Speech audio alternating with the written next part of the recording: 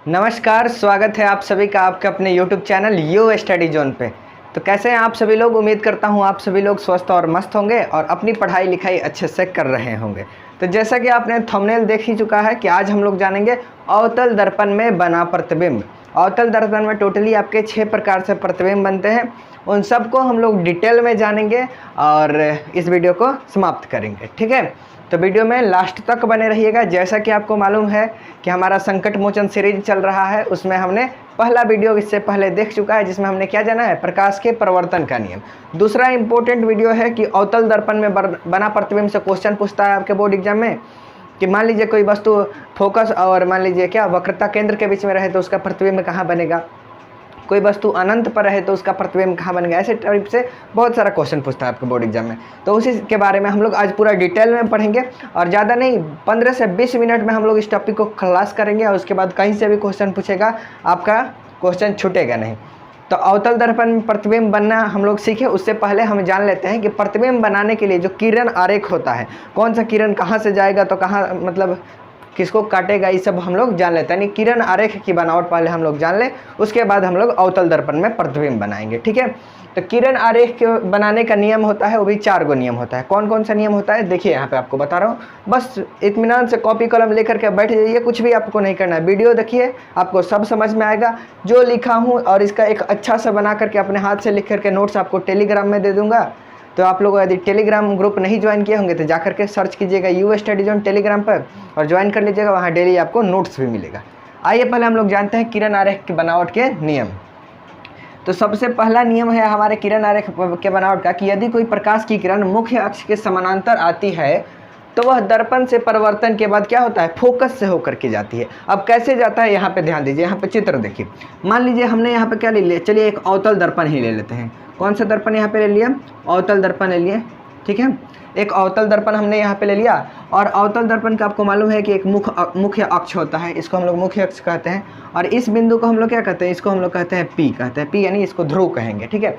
Question क्या कर रहा है हमारा, यहाँ पे नियम कह रहा है कि यदि कोई प्रकाश की किरण मुख्य अक्ष के समानांतर आती है तो वह दर्पण से परिवर्तन के बाद फोकस से, यानी इस मुख्य अक्ष के समानांतर कोई भी किरण आएगी तो कहाँ से जाएगी, फोकस से होकर के जाएगी। तो हमारे इस मुख्य अक्ष पर यहाँ पे मान लीजिए हमारा क्या है, फोकस है। यहाँ पे हमारा होता है इतना ही दूरी पर क्या होता है, वक्रता केंद्र होता है किसी भी मतलब दर्पण का। तो कोई प्रकाश की किरण क्या होगी, मुख्य अक्ष के समानांतर आएगी, यानी इस मुख्य अक्ष के समानांतर यहाँ से कोई किरण आएगी तो दर्पण से परिवर्तन के बाद वो हमेशा कहाँ से जाएगी, हमेशा इस फोकस से होकर के जाएगी। कहाँ से जाएगी, हमेशा इस फोकस से होकर के जाएगी। मतलब जब भी प्रकाश की किरण आए, देखिए इस लाइन को हम लोग क्या कहते हैं, मुख्य अक्ष। तो कोई भी प्रकाश की किरण जब इस लाइन के समानांतर आएगी, मतलब इसके बराबर से होकर के आएगी, तो ये दर्पण से टकराएगी और दर्पण से टकराने के बाद फोकस से होकर के जाएगी। तो फोकस यानी यहाँ पे एफ लिखा हूँ, एफ से होता है फोकस। तो ये कहाँ से जाएगी, यहाँ से होकर के जाएगी। यहाँ से किरण आएगी, दर्पण से टकराएगी और फोकस से होकर के जाएगी। मान लीजिए यदि नीचे से भी कोई आए तो नीचे से भी मुख्य अक्ष के समानांतर प्रकाश की किरण आएगी, दर्पण से टकराएगी और टकराने के बाद यह किरण हमेशा जाएगी कहाँ से, फोकस से ही होके जाएगी, ना इधर उधर कहीं नहीं करेगी, बस जब जाएगी फोकस से ही जाएगी। पहला नियम यही कहता है कि मुख्य अक्ष के समानांतर किरण होगी तो दर्पण से परिवर्तन के बाद फोकस से होकर के जाएगी। नियम यहाँ पे है, चित्र भी है, इसको आप लोग नोट कर लीजिएगा। दूसरा नियम क्या कहता है उसको ये समझते हैं। दूसरा नियम बिल्कुल इसके उल्टा है।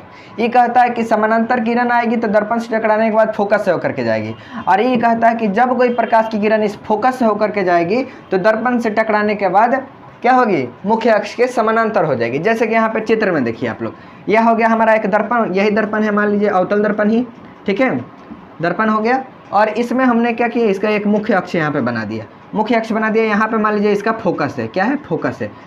ये कह रहा है क्या कि जब कोई प्रकाश की किरण फोकस से होकर के जाएगी तो दर्पण से टकराने के बाद यानी परिवर्तन के बाद मुख्य अक्ष के समानांतर हो जाएगी। कैसे होगी देखिए, यहाँ पे मान लीजिए क्या है, फोकस है। यहाँ से कोई प्रकाश की किरण आया, ठीक है, एक सेकेंड, यहाँ से कोई प्रकाश की किरण देखिए यहाँ पे आया, ठीक है। अब यहाँ से जैसे ही प्रकाश की किरण आएगा तो ये दर्पण से टकराएगा और टकराने के बाद परिवर्तित होगा। अब परिवर्तित होगा तो क्या होगा, इस मुख्य अक्ष के समानांतर हो जाएगा, ठीक है। इस मुख्य अक्ष के क्या होगा, पूरा समानांतर हो जाएगा, उसको काटेगा नहीं, उसके साथ साथ ही जाएगा। ऊपर इधर से भी कोई मान लीजिए फोकस से होकर के जाएगा तो यहाँ दर्पण से टकराएगा, टकराने के बाद इस मुख्य अक्ष के समानांतर चला जाएगा। तो दूसरा नियम यही कहता है कि यदि कोई प्रकाश की किरण फोकस से होकर के जाएगा किसी दर्पण के, तो दर्पण से परावर्तन के बाद मुख्य अक्ष के समानांतर हो जाएगा। आप लोग कॉपी में अपने बनाइएगा तो थोड़ा अच्छा से स्केल से पाई पारिएगा कि जो लाइन होगा पूरा सीधा सीधा बने। बोर्ड एग्जाम में भी आपको स्केल ले जाने के लिए अलाउ कर देगा लोग। उसमें जब चित्र बनाइएगा तो स्केल रख करके अच्छे से लाइन पारिएगा कि सीधा लाइन रहेगा तो अच्छा देखने में लगेगा। अब यहाँ बोर्ड पे तो मान लीजिए चित्र लाइन बनाने में थोड़ा सा टेढ़ा मेढ़ा लाइन हो जाता है, लेकिन तब भी ये जो है एकदम परफेक्ट है। आप लोग बस लाइन सीधा कर लीजिएगा, ठीक है।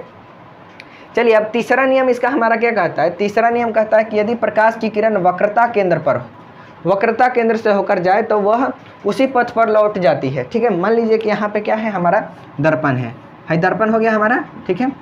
और वक्रता केंद्र से होकर के जाएगी तो हाई दर्पण हो गया, आपको मालूम है यहाँ पे क्या होता है, डिटेल में चैप्टर पढ़ाया हूँ, उसमें वीडियो देखे होंगे तो आपको मालूम होगा कि यहाँ पे इसको जो चिन्ह है इसको हम लोग पी कहते हैं, यानी ध्रुव कहते हैं, ठीक है, ध्रुव। इसके बाद एक बिंदु यहाँ पे होता है जिसको हम लोग क्या कहते हैं, फोकस कहते हैं। उसके बाद एक और बिंदु होता है जिसे हम लोग क्या कहते हैं, वक्रता केंद्र कहते हैं, सी को वक्रता केंद्र कहते हैं।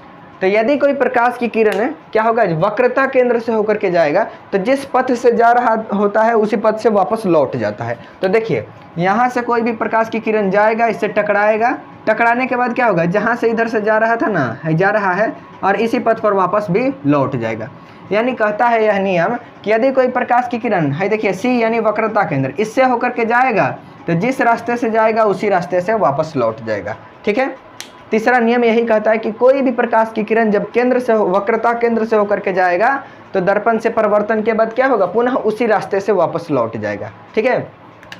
और चौथा नियम क्या कहता है, चौथा नियम कहता है, यहाँ पर दिखाई देगा आपको, हाँ, चौथा नियम कहता है कि यदि कोई प्रकाश की किरण ध्रुव पर आए, कहाँ पर आए, ध्रुव से होकर जाए तो वह उतना ही कोण से, जितना कोण से आता है उतना ही कोण से वापस लौट जाता है। यहाँ पे चित्र देखिए, ऊपर ही यहाँ पे बना रहा हूँ, आपको दिखाई देगा, है देखिए यहाँ पे क्या है, आपका दर्पण है, ठीक है, दर्पण हमारा बन गया और यहाँ पे हमने एक इसका मुख्य अक्ष खींच लिया और मुख्य अक्ष जहाँ मिलता है उसी को हम लोग ना ध्रुव कहते हैं, पी मतलब क्या होता है, ध्रुव होता है।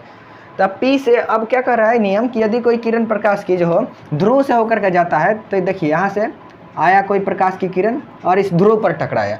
अब इस ध्रुव पर टकराया तो यहाँ देखिए मुख्य अक्ष और ध्रुव के बीच में जितने डिग्री का यह कोण बनाएगा ना, तो जब परावर्तित होगा तो उतने ही डिग्री का फिर से कोण बनाएगा। मतलब जितना डिग्री का कोण बना करके यह ध्रुव पर आएगा उतने ही डिग्री का मतलब कोण बना करके परावर्तन करेगा तो वापस जाएगा, ठीक है। चौथा नियम यही कहता है।